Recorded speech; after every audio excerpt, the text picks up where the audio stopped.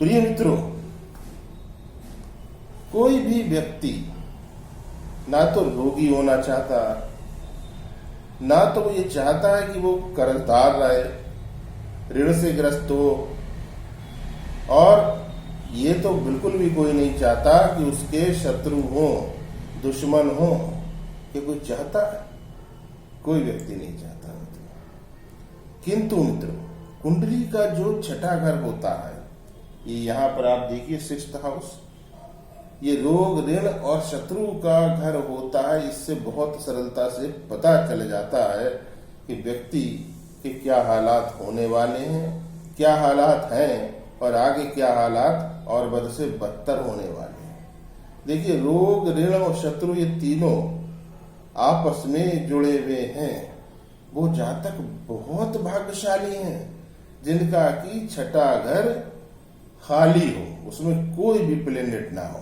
लेकिन यदि छठे घर के अंदर ऐसे ग्रह बैठ जाएं जो जातक के लिए हानिकारक हो सकते हैं, अकेले बैठे हों या युति करके बैठे हों। आज एक ऐसी ही बहुत विशेष युति की आपसे यहाँ पर को चर्चा कर रहे हैं और आशा करते हैं कि आप सब लोग इसका भरपूर लाभ उठाएंगे। प्रिय मित्रों, 6th हाउस में चंद्रमा शुभ फल नहीं देता यदि अकेला भी बैठा हो, और यदि उसके साथ शनि बैठे हो, अर्थात चंद्र और शनि की युति हो, तो व्यक्ति के जैसे ही उम्र के 24 साल पूरे होंगे, वो व्यक्ति रोग, ऋण और शत्रुओं से धीरे धीरे गिरता चला जाएगा। एक ऐसी पटकथा उसके जीवन में लिखना प्रारंभ हो जाएगी कि जिसका फिर वो दी एंड अपने हिसाब से नहीं कर पाएगा।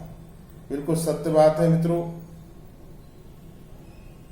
इस घर के अंदर शनि का बैठा होना और साथ में चंद्रमा का बैठा होना व्यक्ति को डेफिनेटली मेंटली प्रॉब्लम्स, बड़ी प्रॉब्लम्स मेंटली देता है।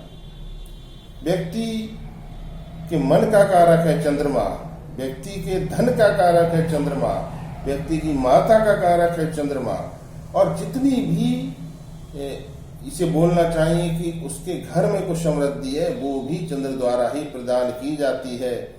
तो यदि चंद्र और शनि की युति इस घर के अंदर है, छठे घर के अंदर, तो जातक फिर एक लंबे कालखंड तक दुख को भोगता है, जब तक कि वो इसका ठीक प्रकार से शास्त्रोक्त उपाय नहीं कर लेता। चंद्र पर पड़ रहे शनि के प्रभाव को वो मद्दा नहीं कर देता, उसको वो धूमिल नहीं कर देता, उनको वो अलग अलग नहीं कर देता, उसको वो शांत नहीं कर देता, तब तक उसके जीवन में शांति नहीं आ सकती।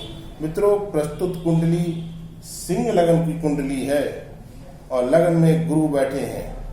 धन भाव में आप देख पा रहे होंगे केतु बैठे हैं और अष्टम भाव में सूर्य, राहु और अन्य ग्रह हैं। तो ये जातक जो है, जिसकी एक कुंडली है, इस जातक के साथ बहुत अजीब घटनाएं जीवन में घटित हुई। सूर्य राहु की युति यानी कि सूर्य को ग्रहण, वो भी अष्टम घर में जो मृत्यु का घर है, छठे घर में चंद्रमा और शनि, और द्वितीय भाव में केतु। प्रिय मित्रों, द्वितीय भाव में जो ग्रह बैठा होता है वो छठे घर को सीधा सीधा देखता है, तो चंद्र को भी ग्रहण लग रहा है।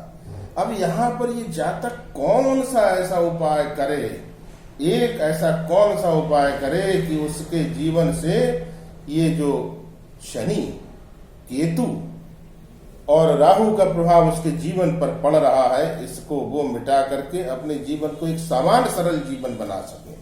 देखिए, रोग, ऋण और शत्रु कोई नहीं चाहता।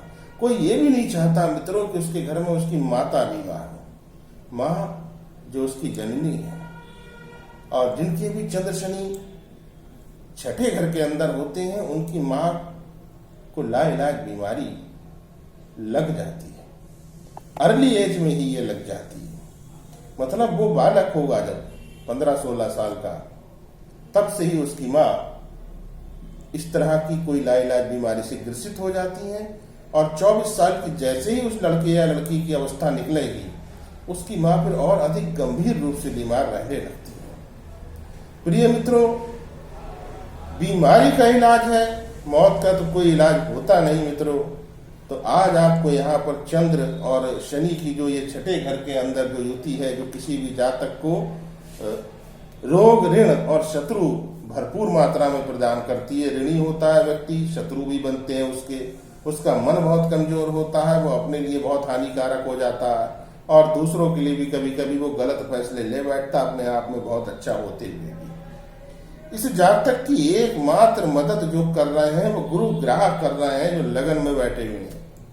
जी हाँ मित्रों, इसीलिए मैं बार बार कहता हूं कि प्रत्येक व्यक्ति को अपने बृहस्पति को मजबूत और बलवान सदैव रखना चाहिए, प्रसन्न सदैव रखना चाहिए। अब मैं यहाँ पर आपको वो उपाय बतला देता हूँ, जिस उपाय से दोस्तों इस चंद्र के ऊपर पड़ रहे शनि के प्रभाव को और केतु के प्रभाव को मद्दा किया जा सकता है, मंदा किया जा सकता है, उसको मिटाया जा सकता है। जल्द से मिट जाएगा मित्रों ये उपाय जो हम यहाँ बतलाने जा रहे हैं आपको। जिनकी भी कुंडली में छठे घर में चंद्र राहु हो, इस उपाय को भी इकट्ठा कर लीजिए मित्रों, और कुछ दिनों के अंदर अंदर आपको इसके रिजल्ट दिखने लगेंगे। देखिए मित्रों, आपको पानी वाला नारियल लेना है। जी हाँ मित्रों, पानी वाला नारियल क्या होता है मित्रों? जब वो पूर्ण होता है, साक्षात राहु होता है और उसने चंद्र को अंदर कैद करा हुआ है पानी को, आपको वो नारियल ले जाकर के माँ भगवती दुर्गा के मंदिर में उनके सम्मुख उसको फोड़ करके उनको अर्पित कर देना है। जल उनके चरणों में डाल दीजिए और उस नारियल को वहां उनके चरणों में को आप चढ़ा दीजिए। बस इतना कर लीजिए मित्रों। 6 सोमवार आप इस क्रिया को कर लीजिए। आप ये मान लीजिए कि आपकी कुंडली में यदि इस प्रकार की युति है तो इस उपाय से आपने उसको नस्तनाभूत कर दिया। अब चंद्रमा आपका जो बहुत सुफल देगा आपको, आपके जीवन में शांति भी आएगी, आपके जीवन में धन भी आएगा और आपके रोग, ऋण, शत्रु सब शांत हो जाएंगे। माँ भगवती दुर्गा की असीम कृपा आपको निश्चित प्राप्त होगी। दोस्तों, मैं आचार्य आशीष शास्त्री आपकी सेवा में अनवरत तत्पर। वीडियो को लाइक अवश्य कीजिए दोस्तों। चैनल पर पहली बार हो तो सब्सक्राइब का बटन दबाना ना भूलें और वीडियो को अधिक से अधिक शेयर कर दीजिए। जय श्री राम।